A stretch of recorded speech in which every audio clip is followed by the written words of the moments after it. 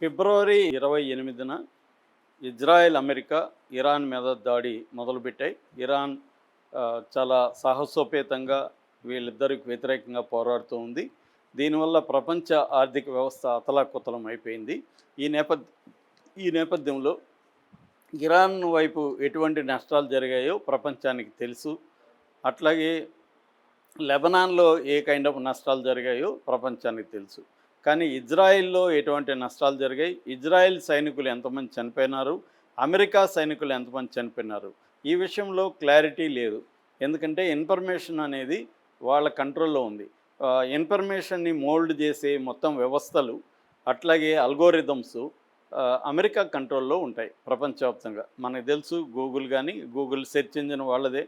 అట్లాగే chat GPT, గ్రోకు ఇవన్నీ కూడా వాళ్ళవే. మొత్తం ఇన్ఫర్మేషన్ని స్ప్రెడ్ చేసే మెటా కావచ్చు, గ్రోక్ కావచ్చు, లేకపోతే ఎక్స్ కావచ్చు, గూగుల్ సెర్చ్ ఇంజిన్లు కావచ్చు, ఇవన్నీ వాళ్ళవే కాబట్టి మొత్తం దీన్నంతా కూడా వాళ్ళు దేన్ని హైలైట్ చేయాలి, దేన్ని తొక్కేయాలి అనేది అల్గోరిథం సెట్టింగ్ అనేది వాళ్ళే చేసుకోవచ్చు. అందువల్ల రెండోది ఏంటంటే గూగుల్ మ్యాప్స్లో కూడా ఆపేయచ్చు. అట్లాగే శాటిలైట్ ఇమేజెస్ కూడా ఏవి బయట పెట్టాలి, ఏవి బయట పెట్టకూడదు అనేది కూడా అమెరికా, ఇజ్రాయెల్ డిసైడ్ చేయగలిగిన పరిస్థితులు ఉన్నాయి. ఇరాన్ దగ్గర ఇటువంటి టెక్నాలజీ లేదు. సో అందువల్ల అసలు అమెరికా సైనికులు ఎంతమంది చనిపోయినారు అన్న చర్చ జరుగుతూనే ఉంది. ఇప్పుడు కొత్తగా ద ఇంటర్సెప్ట్ అనే ఒక మ్యాగజైన్, ఈ మ్యాగజైన్కు ఉన్న పేరేందంటే ఇన్వెస్టిగేటివ్ జర్నలిజంలో టాప్ ర్యాంక్లో ఈ మ్యాగజైన్ ఉందన్నమాట. ఎప్పుడైనా కూడా ఏ ఇష్యూ మీదైనా ఇన్వెస్టిగేటివ్ జర్నలిజం చాలా బాగా చేస్తుంది అనేది ఇంటర్సెప్ట్కి ఉన్న పేరు. ఇప్పుడు ఒక ఇంటర్సెప్ట్ ఒక బాంబు పేల్చిందని చెప్పచ్చు. అదేంటంటే 2023 అక్టోబర్ నుంచి. ఈ డేట్ ఎందుకంటే 2023 అక్టోబర్ 7న హమస్ సంస్థ ఇజ్రాయెల్ మీద దాడి చేసి దాదాపు 1200 మందిని చంపి కొన్ని వందల మందిని బందీలుగా పట్టుకొని పాలస్తీనాలోకి, గాజాలోకి వెళ్ళిపోయింది. దాని తర్వాత ఇజ్రాయెల్ అటాక్ చేసి గాజాని ఒక శ్మశానంగా మార్చేసింది. దాదాపు 75,000 మందిని చంపింది. అందులో 25,000 మంది పిల్లలు ఉన్నారు. 13 లక్షల మందికి పైన నిరాశ్రయుల్ని చేసింది. ఇండ్లు అవన్నీ కూలగొట్టేసి ఒకప్పుడు బ్రహ్మాండమైన భవనాలతో ఉన్నది నేలమట్టం చేసేసి ఒక శ్మశానంలాగా మార్చేసింది. ఈ అందుకని ఆ డేట్ ఇంపార్టెంట్ అనమాట. అప్పటి నుంచి యుద్ధ వాతావరణం అనేది మొత్తం మిడిల్ ఈస్ట్లో జరుగుతూ ఉంది. సో అక్టోబర్ 2023 నుంచి ఇప్పటి వరకు అమెరికా సైనికులు 750 మంది చనిపోవడం కానీ, సీరియస్గా గాయపడడం కానీ జరిగింది అని ఇంటర్సెప్టర్ సంస్థ బయటపెట్టింది. దీన్ని టైమ్స్ ఆఫ్ ఇండియా కూడా డీటెయిల్ కథనం రాసింది. చాలా వరకు మీడియా సంస్థలు, అంటే అమెరికాకు వెస్ట్రన్ మీడియాకు వ్యతిరేకంగా ఉన్న అనేక మీడియా సంస్థలు కావచ్చు, వెస్ట్రన్ మీడియాలో కూడా కొంతవరకు ట్రంప్కి వ్యతిరేకంగా ఉన్న సిఎన్ఎన్ లాంటి సంస్థలు కూడా ఇటువంటి విషయాల్ని అప్పుడప్పుడు ప్రచురిస్తున్నాయి.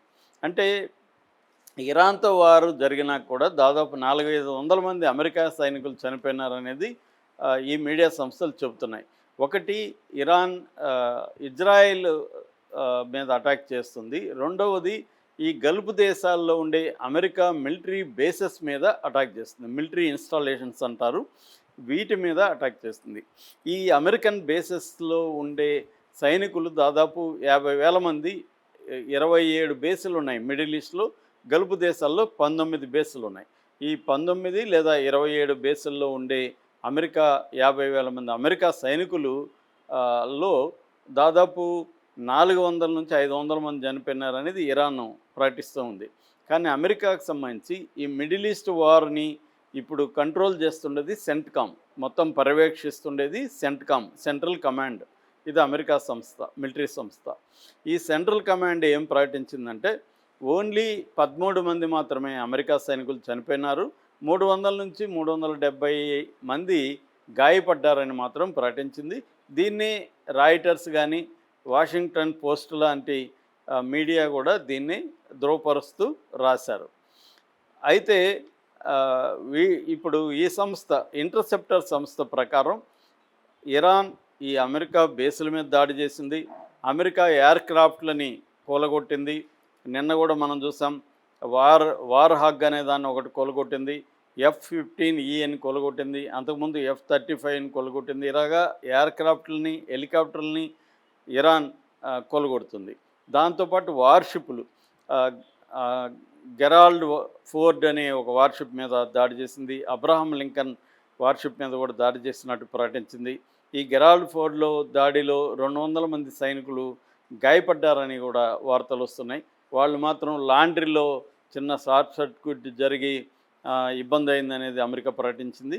దాంతోపాటు ఎంబసీల మీద, ముఖ్యంగా సౌదీ అరేబియా రియాద్‌లో అమెరికన్ ఎంబసీ మీద, ఇరాక్లో ఉండే బాగ్దాద్ ఎంబసీ మీద కూడా ఇరాన్ ఫోర్సెస్ దాడి చేశాయి. అక్కడ కూడా అమెరికా సైనికులు చనిపోయారు, గాయపడ్డారని చెప్తున్నారు. అలాగే సౌదీ అరేబియాలో ఉండే ప్రిన్స్ సుల్తాన్ ఎయిర్బేస్ మీద దాడి చేసినప్పుడు 15 మంది సైనికులు, అమెరికా సైనికులు చనిపోయినారనే వార్తలు వస్తున్నాయి. అట్లాగే హిడెన్ ప్లేసెస్, ఎప్పుడైతే గల్ఫ్ దేశాల్లో ఉండే అమెరికా బేసెస్ మీద ఇరాన్ అటాక్ చేసిందో అక్కడున్న అమెరికా సైనికులు హోటళ్ళకి, ప్రైవేటు బిల్డింగ్లకి మారిపోయారు. సో అది గుర్తించిన ఇరాన్ హిడెన్ ప్లేసెస్లో ఎక్కడైతే దాక్కున్నారో ఆ రహస్య స్థావరాల మీద కూడా బాంబులేసి కొంతమందిని చంపిందని ఇరాన్ ఐఆర్జీసీ ప్రకటించింది. మామూలుగా అయితే అమెరికా అసలు యుద్ధాల్లో నష్టాల్ని, అంటే హ్యూమన్ లాసెస్ అంటారు, ఈ హ్యూమన్ లాసెస్ని ఎలా ప్రకటిస్తుంది అనుకున్నప్పుడు కేఐఏ అనే ఒక కాన్సెప్ట్ ఉంది. కేఐఏ అంటే కిల్డ్ ఇన్ యాక్షన్ అంటారు. అంటే గన్ ఫైర్లో కానీ, మిసైల్స్ అటాక్లో కానీ, బాంబు ఐఈడి లాంటి బాంబ్ బ్లాస్ట్లో కానీ చనిపోతే కిల్డ్ ఇన్ యాక్షన్ అని ఒక కేటగిరీ ఉంది. రెండో కేటగిరీ డబ్ల్యూఐఏ వియా, వూండెడ్ ఇన్ యాక్షన్. ఈ వూండెడ్ అంటే ఇదే మళ్ళీ నేను చెప్పినట్టుగా యుద్ధంలో ఈ అటాక్స్లలో గాయపడితే దాన్ని వియా అంటారు, విఐఏ, డబ్ల్యూఐఏ. ఇందులో మళ్ళీ 2 కేటగిరీలు ఉన్నాయి.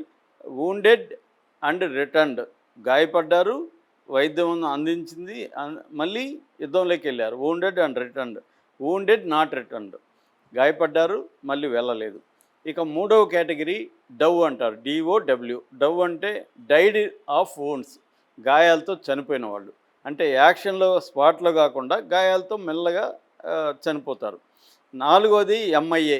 ఎంఐఏ అంటే మిస్సింగ్ ఇన్ యాక్షన్.